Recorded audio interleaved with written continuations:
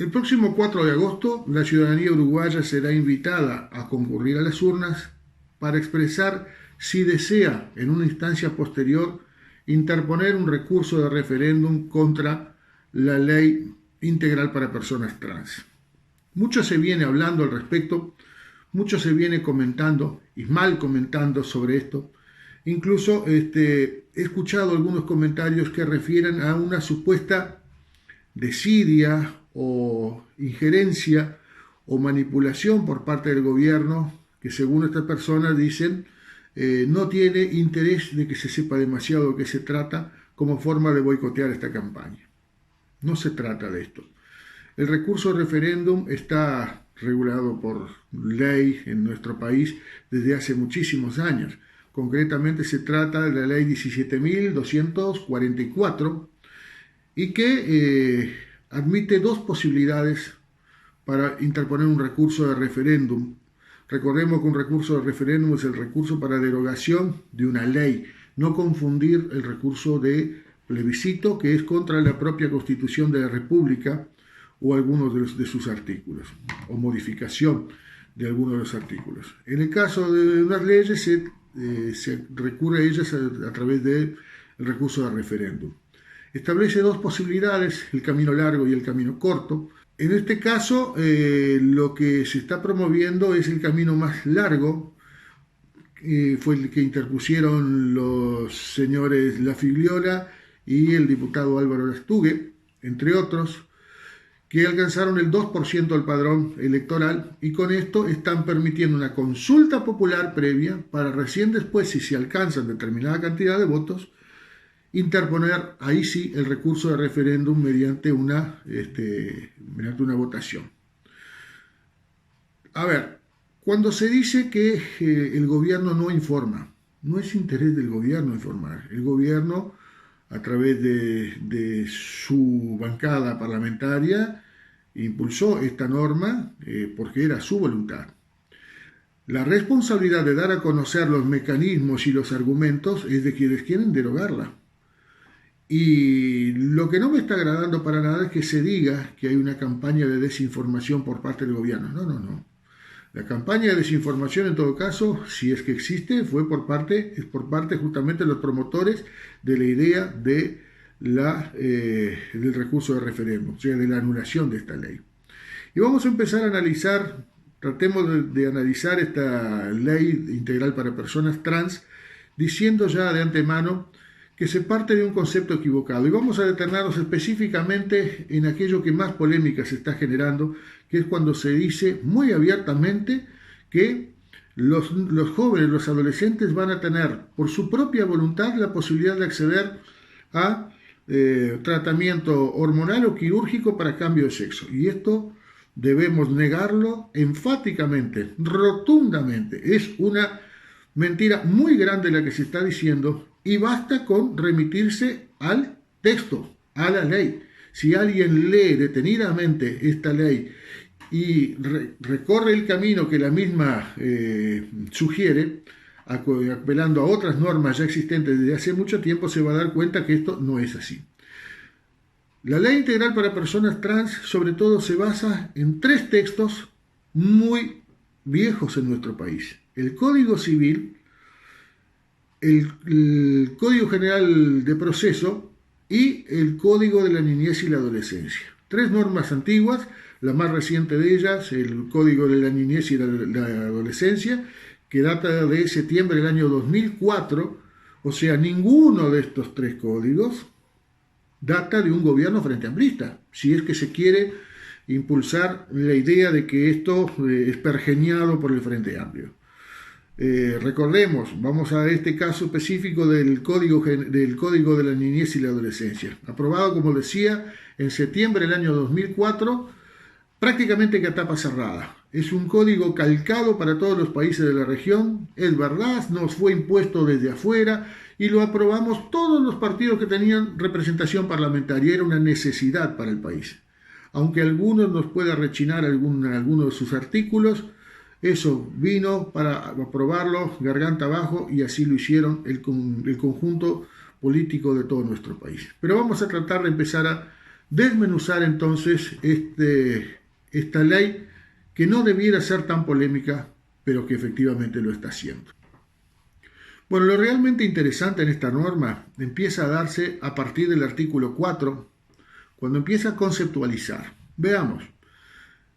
En cuanto a definiciones, dice en su inciso A que la identidad de género, define la identidad de género como la vivencia interna e individual del género según el sentimiento y autodeterminación de cada persona, en coincidencia o no con el sexo asignado en el nacimiento, pudiendo involucrar la modificación de la apariencia o función corporal a través de medios farmacológicos, quirúrgicos o de otra índole, siempre que ello sea libremente escogido.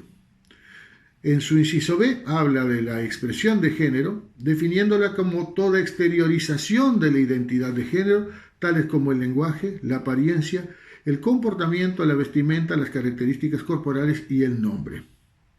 Y ahora vamos a lo más interesante que viene en el inciso C, que es la definición propiamente dicho de la persona trans. Atención a esto acá, porque se suele confundir deliberadamente a la persona trans con el homosexual, y son dos conceptos completamente distintos. Vamos a ver lo que habla sobre la persona trans, este inciso C del artículo 4 de la Ley Integral para Personas Trans. Dice así: la persona que se autopercibe o expresa un género distinto al sexo que le fuera asignado en el momento del nacimiento, o bien un género no encuadrado en la clasificación binaria masculino-femenino, independientemente de su edad y de acuerdo a su desarrollo evolutivo psicosexual.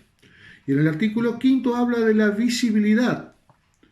Dice: incorpórese la variable identidad de género en todos los sistemas oficiales de información estadística, incluidos los censos, las encuestas continuas de hogares, los informes de la Oficina Nacional del Servicio Civil y todas las mediciones públicas que releven la variable sexo. ¿Esto qué habla?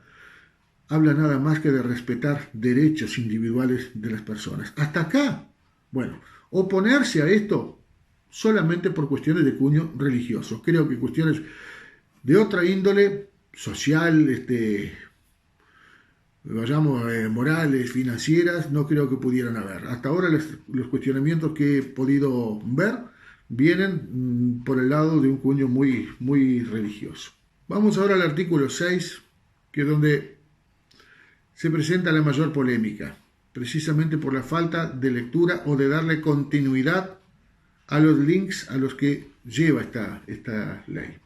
El artículo 6 dice así: refiere a la adecuación de nombre o sexo en documentos identificatorios.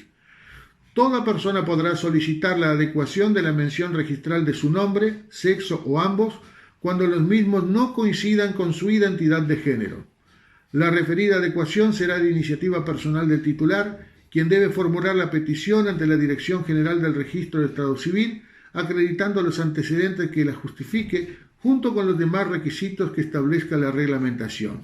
Hasta acá vamos hablando en términos generales, no hablamos ni de menores ni de mayores, y habla del derecho que tiene la persona de que por alguna cuestión nació por error de la naturaleza, nació en un cuerpo de hombre cuando en realidad se siente mujer, y al que por supuesto le pusieron sus padres o la sociedad el nombre Adán, y esta persona, una vez que se autopercibe del sexo opuesto, quiere cambiarse el nombre, no quiere seguir llamándose Adán, aunque tenga gestos, rasgos físicos, conducta femenina, y bueno, no desea seguir llamándose Adán. O sea, esta ley lo que hace es reconocerle el derecho de poder tener una identidad propia. Más adelante, acá viene lo que viene despertando polémica. Dice así: para el caso de menores de edad que no obtengan la anuencia de sus representantes legales, o sea, ergo los padres o sus mayores responsables, o sea imposible obtenerla de quien deba prestarle, podrán recurrir a los mecanismos previstos en los artículos 110 del Código Civil y 404 del Código General del Proceso, concordantes y complementarias, debiéndose tener en cuenta el interés superior del menor, siendo de aplicación lo establecido en la Convención sobre los Derechos del Niño y en los artículos 8 y 11 bis de la Ley 17.823 del 7 de septiembre de 2004, que es el Código de la Niñez y la Adolescencia. Entonces, ¿qué es lo que vamos a hacer nosotros? Vamos a remitirnos a esas normas que menciona este artículo 6 de la Ley Integral para Personas Trans. Vayamos entonces al artículo 404 del Código General del Proceso. En cuanto a procedimiento, dice así, 404.1. La solicitud se presentará por los interesados conforme con las normas generales relativas a la demanda, acompañando los medios de prueba de que piensen valerse e indicando toda persona que en su concepto pueda estar interesada en el diligenciamiento del asunto. En el 404.2 dice: presentada la solicitud, se oirá al Ministerio Público y a las personas designadas por el término fijado para los incidentes. Si mediare oposición del Ministerio Público, de las personas designadas por el solicitante o de cualquier tercero, y el tribunal considera que ella plantea una cuestión de tal importancia que obsta a todo pronunciamiento de la jurisdicción voluntaria, clausurará el proceso y mandará que los interesados promuevan las demandas que entiendan pertinentes. En caso contrario, las oposiciones serán resueltas en la interlocutoria que ponga fin al proceso. Y finalmente, en el 404.3 dice: vencido el término, el tribunal convocará a los interesados y al Ministerio Público a la audiencia, que se celebrará aunque solo concurra el que inició el proceso.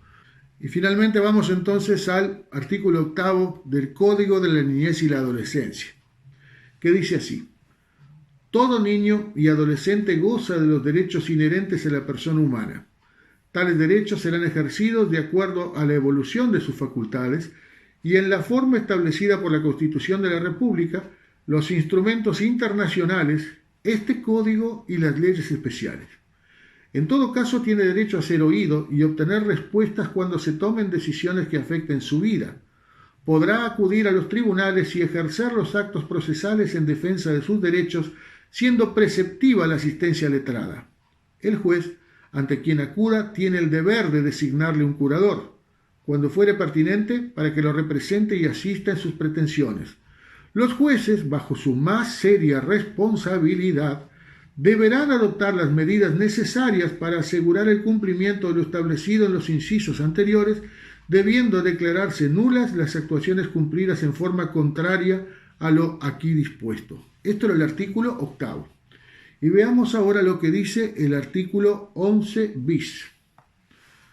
Todo niño, niña o adolescente tiene derecho a la información y acceso a los servicios de salud, inclusive los referidos a la salud sexual y reproductiva, debiendo los profesionales actuantes respetar la confidencialidad de la consulta y ofrecerle las mejores formas de atención y tratamiento cuando corresponda.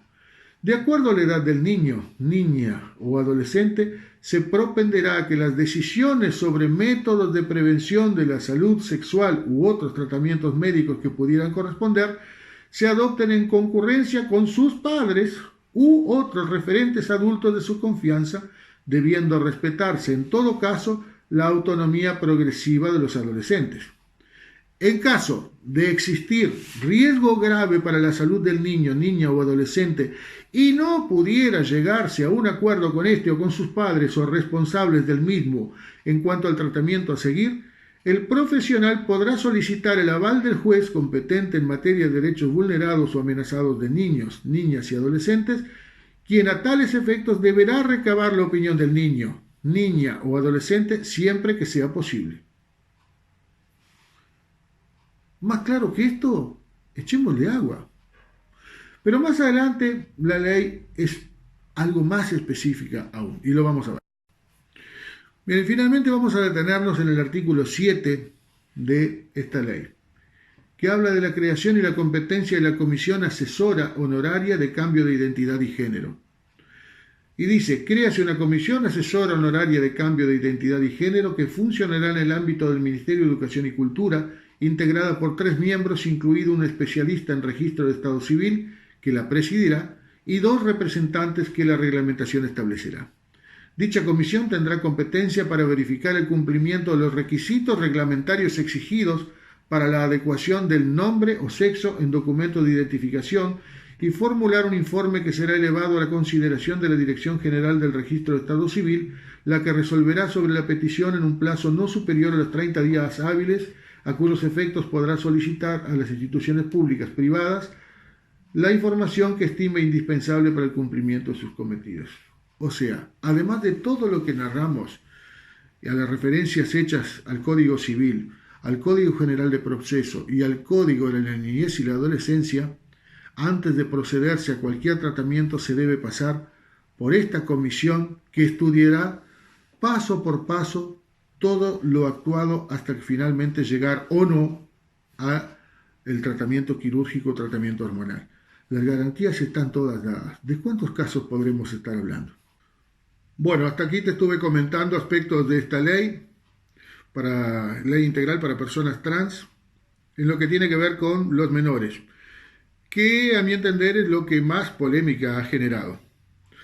La próxima semana vamos a estar tratando de profundizar sobre otros aspectos de la ley que también han sido cuestionados, como por ejemplo las retribuciones que percibirán las personas que a lo largo de su vida hayan logrado demostrar ante los órganos competentes haber sufrido discriminación de cualquier índole. Pero eso lo vamos a estar viendo la próxima semana.